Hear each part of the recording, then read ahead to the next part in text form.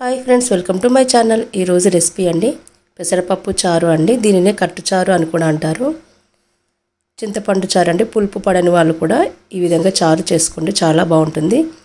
ఈ సమ్మర్లో అండి చాలా మంచిదండి. పెసరపప్పు తీసుకుంటే శరీరానికి చలువ చేస్తుంది, తొందరగా డైజెషన్ అవుతుందండి. ఎప్పుడు ఒకేలా కాకుండా ఒకసారి ఈ విధంగా చారు చేసి చూడండి. వీడియోలోకి వెళ్ళే ముందు ఫ్రెండ్స్, నా వీడియోస్ చూడండి, నచ్చితే లైక్ చేయండి, షేర్ చేయండి. కొత్తగా చూసేవారు నా ఛానల్ని సబ్స్క్రైబ్ చేసుకోండి ఫ్రెండ్స్. చూసారు కదండి పెసరపప్పు అండి.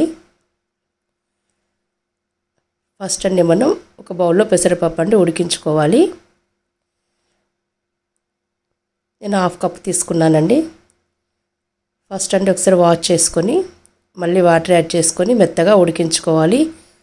కుక్కర్లోనైనా సరే మామూలుగానైనా తొందరగా ఉడుకుతుందండి. ఈజీ ప్రాసెస్ అండి. ఎక్కువ ఐటమ్స్ కూడా అవసరం లేదు, చాలా ఫాస్ట్గా అయిపోతుంది.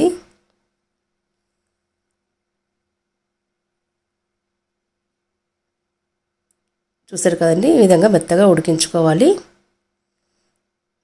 దీంట్లో ఇప్పుడు మనం వాటర్ యాడ్ చేసుకోవాలండి. 1 గ్లాస్ వరకు వాటర్ వేసాను నేను. మీరు చిక్కగా కొంచెం లూజు చూసుకుంటూ కలుపుకోవాలండి వాటరు. ఈ విధంగా ఉంటే సరిపోతుంది. ఇప్పుడు దీంట్లోకి మనం తాలింపు పెట్టుకోవాలి. ఒక ప్యాన్ తీసుకోనండి, ఆయిల్ వేసుకోవాలి. హీట్ అయిన తర్వాత జీలకర్ర, ఆవాలు వేసుకోవాలి. ఎండుమిర్చి అండి, మీ స్పైసీని బట్టి తీసుకోవాలండి. ఎండుమిర్చి వేస్తే బాగుంటుంది. కొంచెం వెల్లుల్లి ఎక్కువగా వేసుకోవాలి. కరివేపాకు వేసానండి.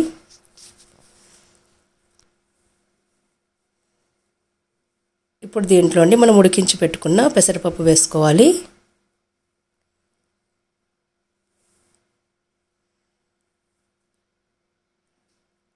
కొంచెం పసుపు అండి, తగినంత ఉప్పు వేసుకోవాలి. ఒక 5 మినిట్స్ అండి బాయిల్ అయితే సరిపోతుందండి. కొత్తిమీర వేసుకోవాలి. అంతే అండి, చాలా ఈజీ అండి. ఇప్పుడు ఒక బౌల్లోకి తీసుకుందామండి. ఇది రైస్లోకి చాలా బాగుంటుంది.